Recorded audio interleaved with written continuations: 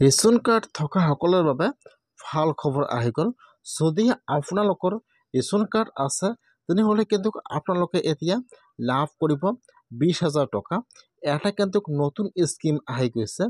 যদি আপোনালোকৰ ration card আছে তেনেহ'লে এতিয়া আপোনালোকে 20,000 টকাটো পাবলৈ হ'লে কেনেকৈ আবেদন কৰিব লাগিব। আবেদন কৰিবলৈ হ'লে আপোনালোকৰ কি ডকুমেণ্টৰ প্ৰয়োজন হ'ব আৰু কোনসকলে আবেদন কৰিব পাৰিব, কেনেকৈ আপোনালোকে 20,000 টকাটো লাভ কৰিব।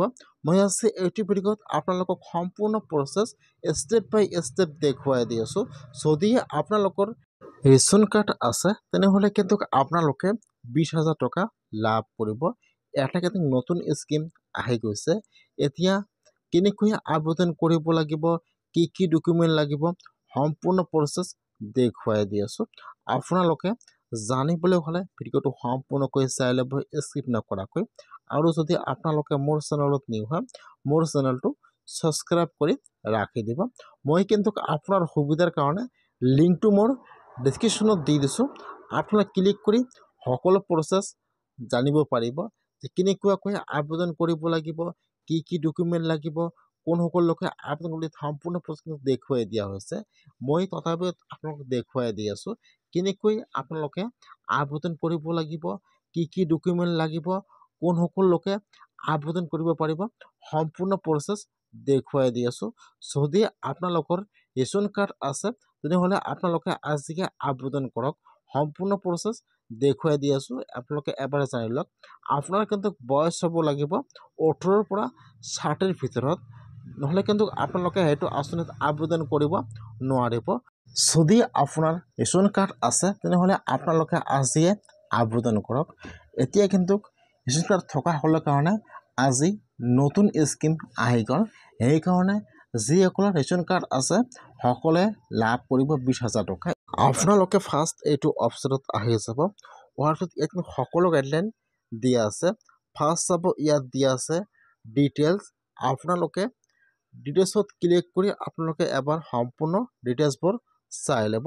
2 নম্বৰত চাব দিয়া থাকিব বেনিফিট, 3 নম্বৰত চাব দিয়া থাকিব এলিজিবিলিটি, আৰু ইয়াত চাব দিয়া আছে 4 নম্বৰত চাব দিয়া থাকিব এপ্লাই প্ৰচেছ, ডকুমেণ্ট ৰিকুৱাৰমেণ্ট। ইয়াত সকলো প্ৰচেছ দিয়া থাকিব।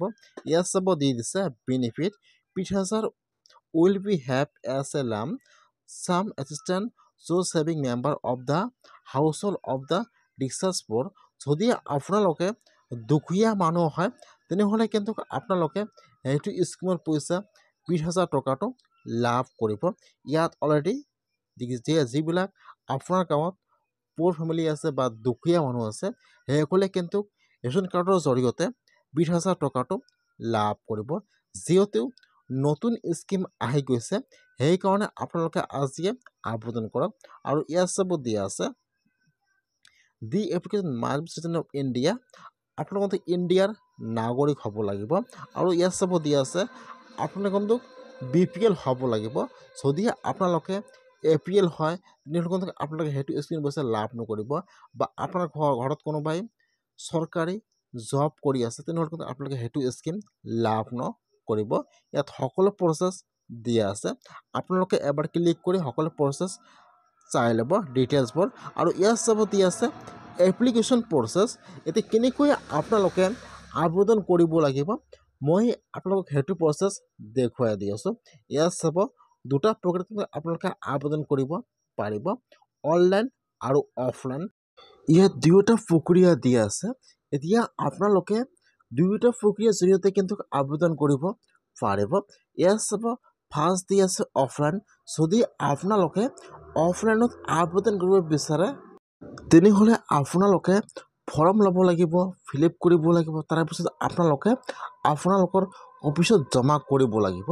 এতিয়া কিন্তু ইয়াত আবেদন কৰিবলৈ অনলাইন প্ৰক্ৰিয়া দি দিছে। কেনেকৈ আপোনালোকে অনলাইনৰ পৰা আবেদন কৰিব লাগিব সম্পূৰ্ণ প্ৰচেছ দেখুৱাই দি আছোঁ, চাই লওক। ইয়াত চাব দিয়া আছে এইটো হৈছে অফলাইনৰ গাইডলাইন যে কেনেকৈ আপোনালোকে অফলাইনত আবেদন কৰিব লাগিব। আৰু 2 নম্বৰত চাব দি আছে অনলাইন। এতিয়া ইয়াত চাব দি আছে আপোনালোকে উমাং এপটো ডাউনলোড কৰিব লাগিব, অথবা ইয়াত লিংক দি আছে আপোনালোকে লিংকৰ ওপৰত ক্লিক কৰিব। তাৰপিছত ফাৰ্ষ্ট আপোনালোকৰ মোবাইল নম্বৰ বহাই দিব লাগিব। আপোনাৰ মোবাইলত OTP আহি যাব। তাৰপিছত আপোনালোকে চাৰ্চ কৰিব NSAP চাৰ্চ কৰিব। ইয়াত চাব ক্লিক অন এপ্লাই নাওৰ ওপৰত ক্লিক কৰিব। তাৰপিছত ইয়াত ফৰ্মটো অপেন হৈ যাব। ইয়াত আপোনালোকৰ payment of pension upload photo click on submit. ইয়াত সকলো ফৰ্ম ফিল আপ কৰি আপোনালোকে ছাবমিটত ক্লিক কৰিব লাগিব।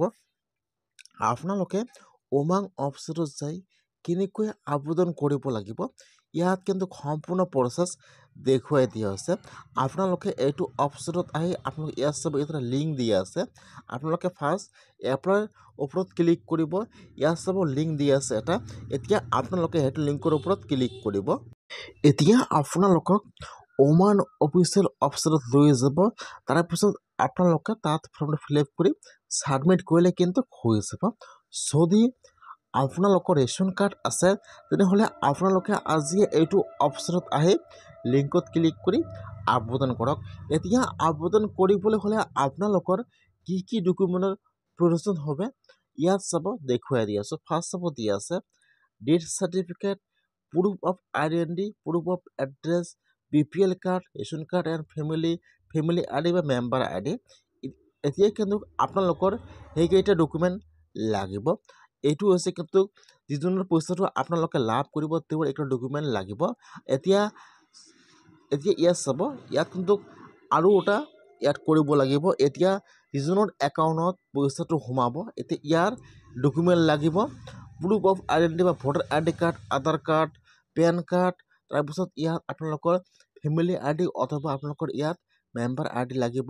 আৰু আপোনালোকৰ বেংকৰ একাউণ্ট, যদি আপোনালোকৰ বেংকৰ একাউণ্ট নাই পোষ্ট অফিচৰ একাউণ্ট আছে তথাপি কিন্তু ইয়াত হ'লে হয়। কিন্তু আপোনালোকৰ একাউণ্টটো DBT লিংক থাকিব লাগিব, নহ'লে কিন্তু আপোনালোকে পইচা লাভ নকৰিব।